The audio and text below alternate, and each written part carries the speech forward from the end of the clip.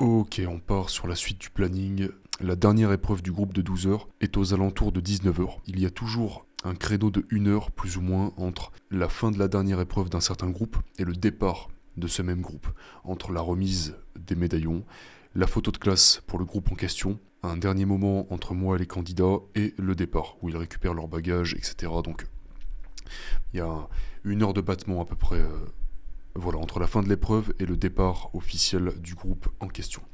Après ça, il y a une grosse collation, une bonne collation qui va durer une trentaine de minutes pour récupérer, recharger un peu les batteries après cette session très intense. Collation, 30 minutes, récupération, un débrief et on part sur la prochaine épreuve. Prochaine épreuve, donc là, à partir de maintenant, 2 groupes sur 4 ont terminé leur mission. Il ne reste plus que le groupe de 24 heures et le groupe de 48 heures. La prochaine session n'est pas une session physique. La prochaine session est un exercice d'écriture qui va durer plus ou moins 4 heures. Tu as bien entendu, 4 heures. Il vous sera remis de quoi écrire et on part sur une session de 4 heures d'introspection à l'écrit qui va venir cibler et transpercer la peur de la vérité. Il y a quelque chose qui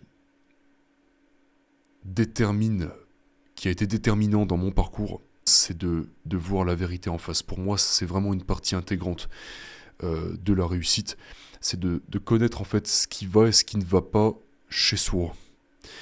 Avant de voir ce qui ne va et ce qui ne va pas dans son entreprise, dans sa carrière, dans sa relation, dans sa famille, il y a d'abord des choses qui clochent en nous-mêmes.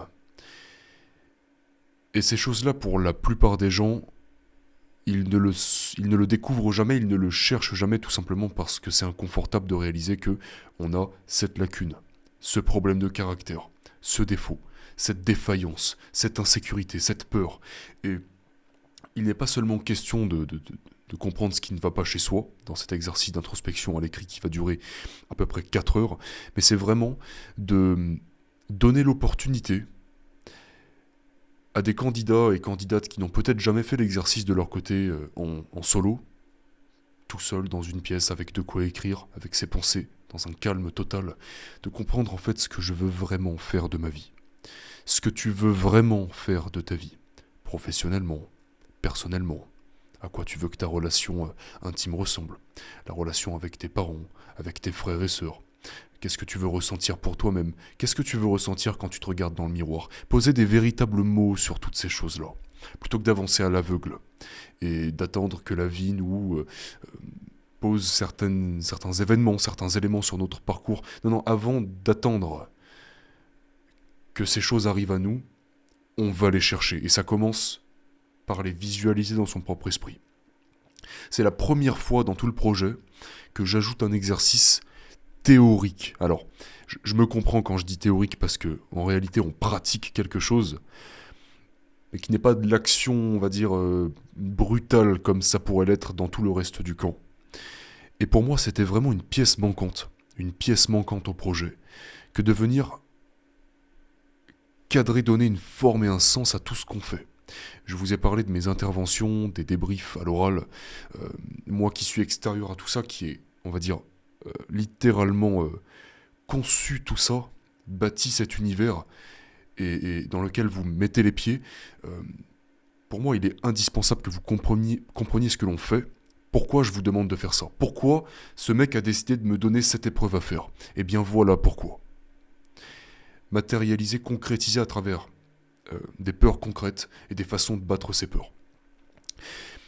Pour moi, arriver à la fin de la première soirée, aux alentours de 20 heures, jusqu'à 23 heures minuit, après avoir fait tout un tas d'épreuves, 10-12 heures d'entraînement, avec le fait d'être déjà relativement exténué, relativement épuisé, d'être dans un environnement, encore une fois, où il n'y a absolument aucune place pour la distraction, pour la médiocrité, pour la faiblesse, l'abandon, le fait d'y aller qu'à moitié, non. Le fait d'être dans cet environnement avec des personnes qui te ressemblent, après avoir fait tout ce que tu as déjà fait depuis ce matin, arriver devant une feuille blanche, un stylo en main, et des questions auxquelles répondre précisément et qui vont t'aider à trouver un sens à ta vie, pour moi, c'est de l'or, littéralement. Voilà le but de cette épreuve. J'ai quelques notes sous les yeux, je me permets de jeter un œil. Trouver son ultime pourquoi, démultiplier le relief de sa vision. Peut-être que tu sais déjà où tu veux aller, mais on est là pour rajouter des détails. Je veux que tu sortes de ce camp d'entraînement avec des réponses que tu n'étais même pas venu chercher. En fait, peut-être que tu étais venu chercher 50 choses. Moi, je veux que tu repartes avec 500 choses. Pas seulement des réponses sur tes capacités physiques, tes capacités mentales, mais aussi sur le sens de ta vie, sur ce que tu veux faire, comment gérer ta vie, comment combler tes peurs, quel travail tu vas pouvoir effectuer sur toi-même dès le top départ, dès le départ du camp. En fait, dès que tu retrouves ton confort, ta vie de tous les jours, comment tu vas pouvoir perpétuer ce travail sur toi-même, sur ta carrière, etc. Pour moi, cette épreuve est vraiment une épreuve clé. Avec un fond musical probablement, une concentration totale. Et moi-même en tant que chef d'orchestre, si je puis dire, parce que c'est un exercice que j'ai déjà fait maintes et maintes fois, depuis que j'ai 17 ans, et qui m'a permis littéralement, bien plus d'une fois, d'aller chercher des choses qui me terrorisaient. Voilà, que ce soit des peurs en moi, des traits de caractère, que ce soit mon introversion, ma peur des gens, du public, ma peur de me battre à travers une chaîne YouTube. Le fait de m'éduquer quand je pensais que j'étais juste un espèce de bouffon qui sortait de l'école à 16 ans, qui n'avait aucune compétence, voilà, aucune connaissance, qui toujours était moyen à l'école, qui n'a jamais vraiment de choses pour se démarquer, on va dire. Voilà, donc j'ai travaillé l'aspect théorique, l'aspect connaissance. Après, j'avais très très peur de me battre. Donc qu'est-ce que j'ai fait ? J'ai voulu devenir boxeur professionnel. J'ai fait 5 ans de boxe anglaise. Je me suis confronté à de véritables guerriers, de véritables combattants. J'ai appris à me battre, j'ai appris à ne plus avoir peur de l'adversité, du combat, de la douleur physique, de la pression d'un combat, de monter sur un ring devant un public, de se battre, de gagner, de perdre. J'ai appris tout ça. De parler à un public à travers mon propre camp d'entraînement, alors que je suis un putain d'introverti à la base. J'avais peur de lever la main en cours, je fais partie de cette catégorie d'élèves qui préférait largement quand personne ne le regardait, quand tout le monde l'ignorait parce que c'était ma zone de confort, voilà, quand j'étais dans mon coin, tranquille, personne m'emmerde, plutôt que quand l'attention était portée sur moi parce qu'à ce moment-là, je perdais mes moyens. J'étais cette personne plus jeune. Donc, de me réinventer totalement, c'est quelque chose que j'ai fait dans toutes les sphères de ma vie, dans tous les projets que j'ai entrepris. Motivation, résurrection, l'ascension, la boxe anglaise, les ultramarathons par la suite. Apprendre à battre des peurs qui n'ont même rien à voir avec mon travail, mais que je n'ai pas envie de porter toute ma vie. Comme, qu'est-ce que je pourrais te citer par exemple ? La peur, peut-être que tu te reconnaîtras là-dedans, mais la peur d'aborder une femme, la peur de dire ce que tu penses à une femme. Parce que t'es intimidé, parce que t'as eu un... Moi, toute mon enfance, j'ai été harcelé au collège. Au collège, en primaire. C'était la définition de ma scolarité et de ma vie à cette époque. C'était être pointé du doigt, moqué, harcelé, humilié. Être seul, ne pas avoir de copine, ne pas avoir de potes, tourner en rond tout seul dans la cour, c'était ce qui dictait ma vie. Donc ça te laisse des séquelles. Ça, après, quand tu rentres dans le monde réel, même si tu prends confiance en toi à travers le sport, ça te laisse des séquelles, ça te laisse des stigmates. Voilà. Ça se voit sur toi, ou ça se ressent, ou en tout cas, toi, t'es pas à l'aise. Toi, tu le sais pertinemment. Que ce soit une femme, un homme, un groupe de personnes, je sais que j'ai ce problème. Comment je vais faire ? Moi, c'est passé par 2 projets professionnels. Celui de devenir intervieweur dans ce propre studio de podcast que j'ai bâti en 2023, donner quelques dizaines d'interviews qui me terrorisaient de bien des manières, réussir cet exercice, progresser à chaque interview pour battre en fait cette peur sociale, voilà. La peur de ne pas réussir à avoir un véritable échange avec quelqu'un.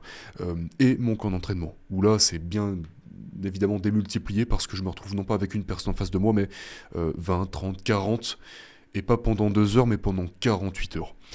Ça pour moi c'était mes 2 bêtes noires. C'était quelque chose que j'ai créé, j'ai imaginé, je l'ai posé sur mon chemin et je l'ai confronté.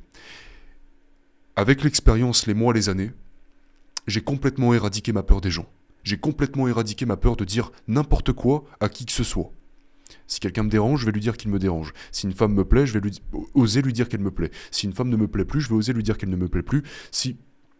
Tu vois, plutôt que de rester coincé dans son petit monde de confort et de Non, mais j'ai pas envie de déranger les gens, j'ai pas envie de passer pour le méchant, pas envie de... En fait, ça te... Tu t'auto-sabotes.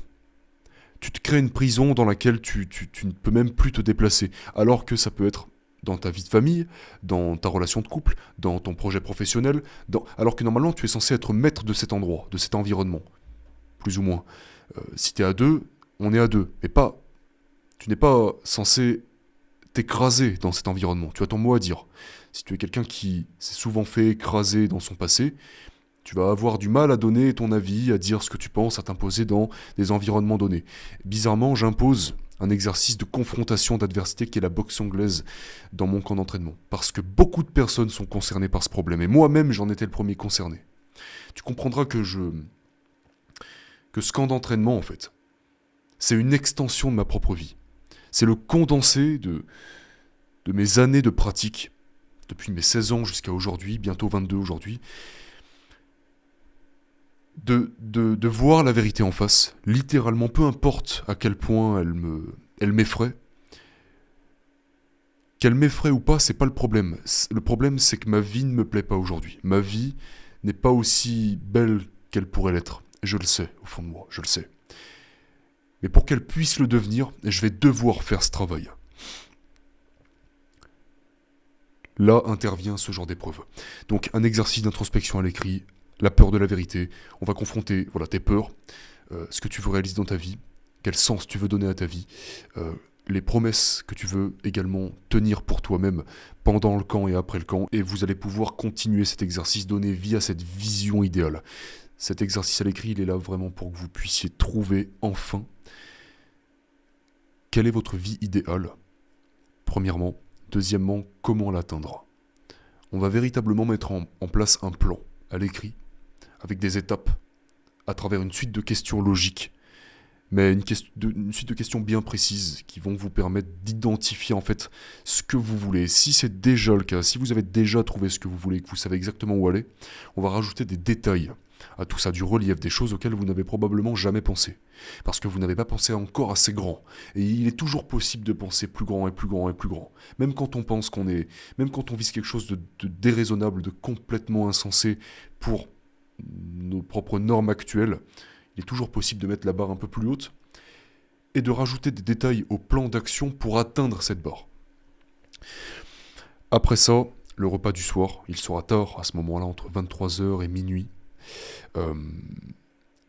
Un dernier débrief, et on passe à la prochaine épreuve, qui est une épreuve déguisée, qui est la première nuit de sommeil au sein du camp, donc après le top départ le samedi matin. Première nuit de sommeil après le top départ officiel. Je ne parle pas de la nuit du vendredi au samedi matin, mais celle du samedi au dimanche. Une nuit qui se voudra très mouvementée, durant laquelle notre travail, mon travail, ce que j'ai envie de vous transmettre lors de cette nuit, c'est de comprendre, dompter et dominer votre peur de l'inconnu. La peur de l'inconnu. Et c'est pour cela que vous n'aurez aucune autre information sur ce qu'il va se passer lors de cette nuit entre samedi et dimanche matin. C'est une épreuve à part entière, vous l'aurez bien compris. Ensuite, la troisième et dernière épreuve du groupe 24 heures. Après la nuit de sommeil, il va y avoir le dernier réveil infernal pour le groupe de 24 heures et le groupe de 48 heures. Le réveil se situe également quelque part entre 3h30 et 7h du matin. Voilà, comme ça, vous avez une idée, et il s'agit d'une épreuve qui va durer exactement 1 heure. 1 heure, une dernière heure pour le groupe de 24 heures. Durant laquelle, 1 heure c'est quoi? C'est 60 minutes. Et je vous garantis qu'en 60 minutes, on va probablement faire péter votre record de choses que vous aurez réussi à boucler, à faire, à accomplir en 60 minutes lors de cette épreuve, qui sont donc les 60 infernales. Ça va être très cardio, ça va être extrêmement mouvementé, extrêmement intense, Et pas pour rien, parce que c'est également, donc comme vous l'aurez compris, comme je l'ai déjà dit, la toute dernière épreuve à compléter pour le format 24 heures. Et ce sera votre ligne d'arrivée si vous choisissez de vous inscrire à ce format-là sur le week-end, soit du 18 juillet pour la classe 9 masculine, soit du 15 août pour la classe 2 féminine pour messieurs et pour mesdames, la dernière épreuve du format 24 heures.